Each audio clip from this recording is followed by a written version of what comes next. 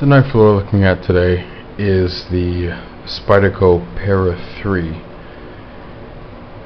Blade HQ exclusive with the DLC coated M4 blade. Blackened hardware, natural G10. Kinda looks like a Luminox ghost green when you look at it in person, but I assure you it does not glow in the dark. Anywho's, here's some knife comparisons. Here is the fancy cold steel mini recon drop point. Then we have my first Spyderco. This is the second one. The first Spyderco I have ever purchased, the Reinhold Rhino, and for you custom knife fans out there, Kirby Lambert Crossroads with the drop point Tonto blade. Yeah.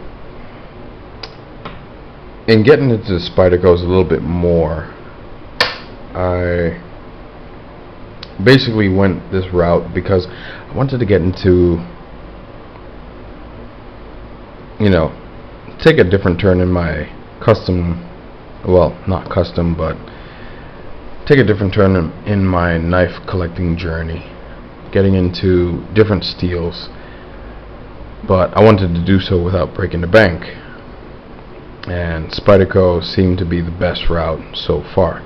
I wasn't like the many people who chase after sprint runs and stuff like that. I just so happened to be lucky enough to fall on the Blade HQ website when it was maybe about less than 12 hours before they were putting this model on their website. They're making it live and ready to purchase.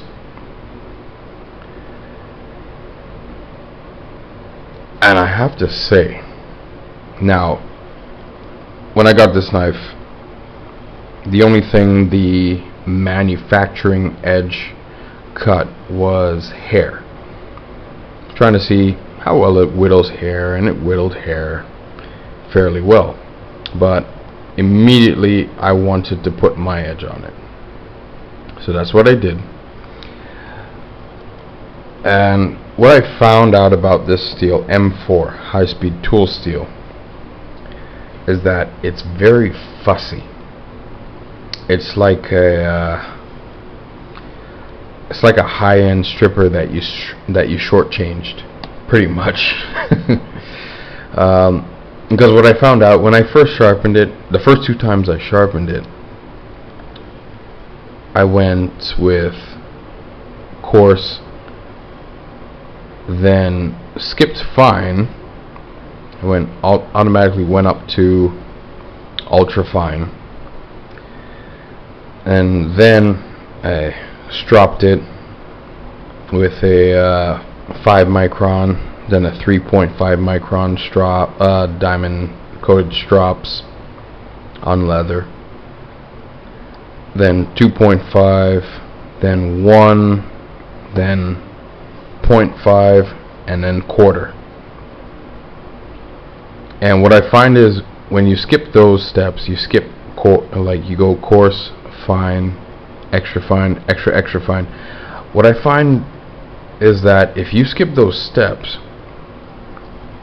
the apex of the edge has a tendency to roll a lot faster than your average tough steels. High wear resistant steels will chip, and then the tougher steels will roll.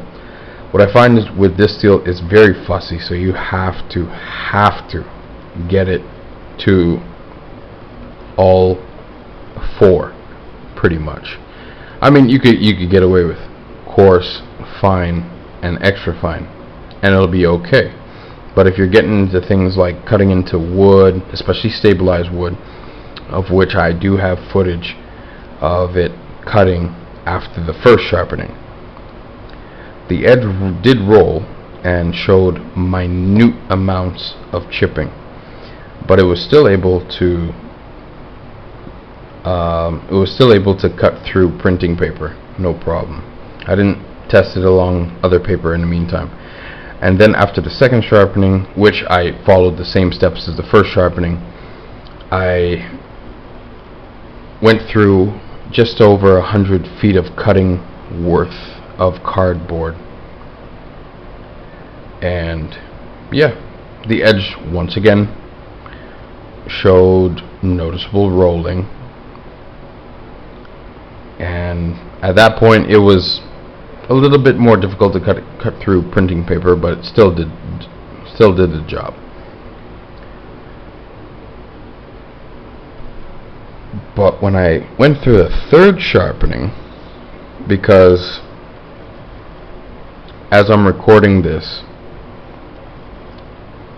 what I got in the mailbox today on behalf of Blades Canada, also known as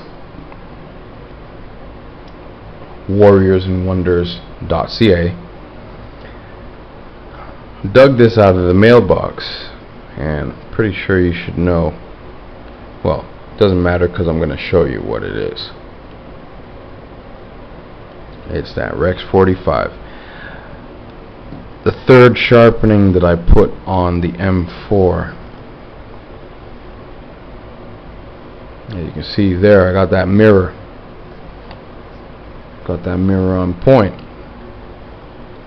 And what I used for that was used a Spyderco diamond triangle, then followed it up with a DMT fine,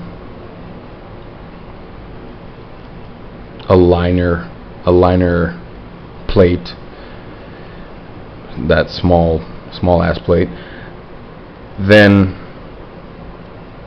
extra fine from the 8x3 DMT plate that I cut into smaller pieces to fit on my Edge Pro. And all these are fitted on my Edge Pro. I modify my Edge Pro so then I could, use things such as Spyderco sharp maker triangles. So yeah, anyways, so I went coarse Spyderco triangle diamond, fine DMT aligner plate, or DMT aligner stone, then a piece of what I cut out of my 8x3 DMT extra fine. Then afterwards I also have in my possession these diamond lapping films. Now it's diamond coated lapping films. It's significantly more ductile than Edge Pro polishing tapes. And then I went with, and that one was 15 microns. And then I went with the last one that I used was the what was it? The 3 micron diamond coated lapping film, and I cut it into strips so then I could actually set it on the Edge Pro blank plates that the set comes with. And yeah, as a result, that's what it came with. That's what I got. That mirror, bruh. So when this came in today, this is still, by the way, rocking the manufacturer's edge, and I don't know if you can see this, but it still has a micro bevel. I'm not really a fan of micro bevel, so I usually just sharpen it right away, but then I wanted to see how this one went. So I have a very short plank of stabilized knotty pine, which is obviously significantly tougher than the store-bought pine planks. And with this, the M4 sharpening that I have on right now, because I tested it alongside with this, and then this one with the manufacturer sharpening, both of them for a minute and a half to 2 minutes cut through that pine and was still able to whittle hair. In fact, they were still technically blowing through hair. I mean, my hair is a little bit thicker, so yeah, you know, you be the judge with that shit. But yeah,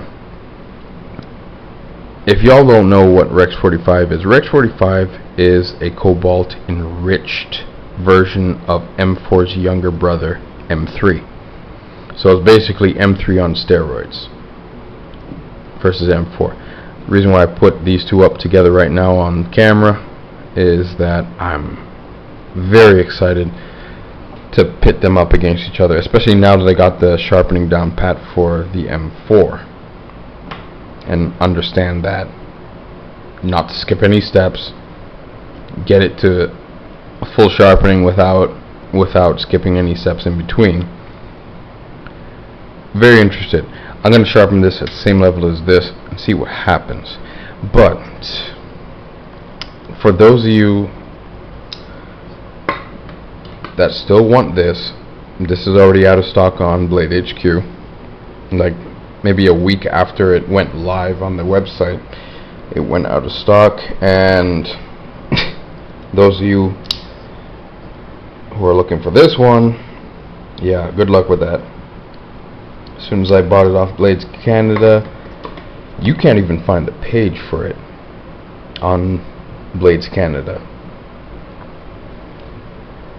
But yeah, very excited to put those two together. But those of you who are lucky enough to get this, please get it nice and sharp and go to town with this bitch, because this right here, sexy piece.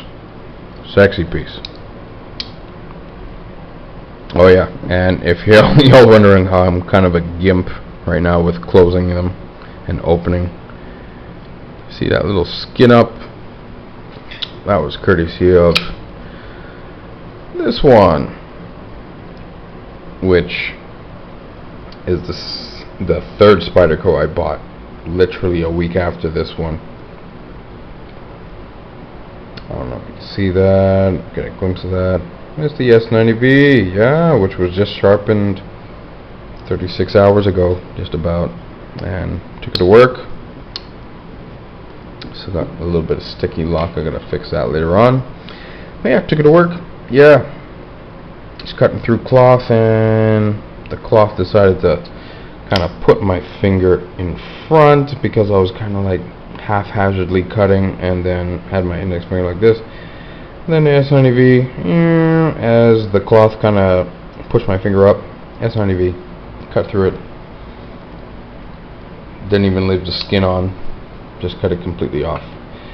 I guess the S90V Para 3 likes me. But yeah, very excited to pit these two together. M3 on steroids, M4, let's get it. Anyways, people, I'm out.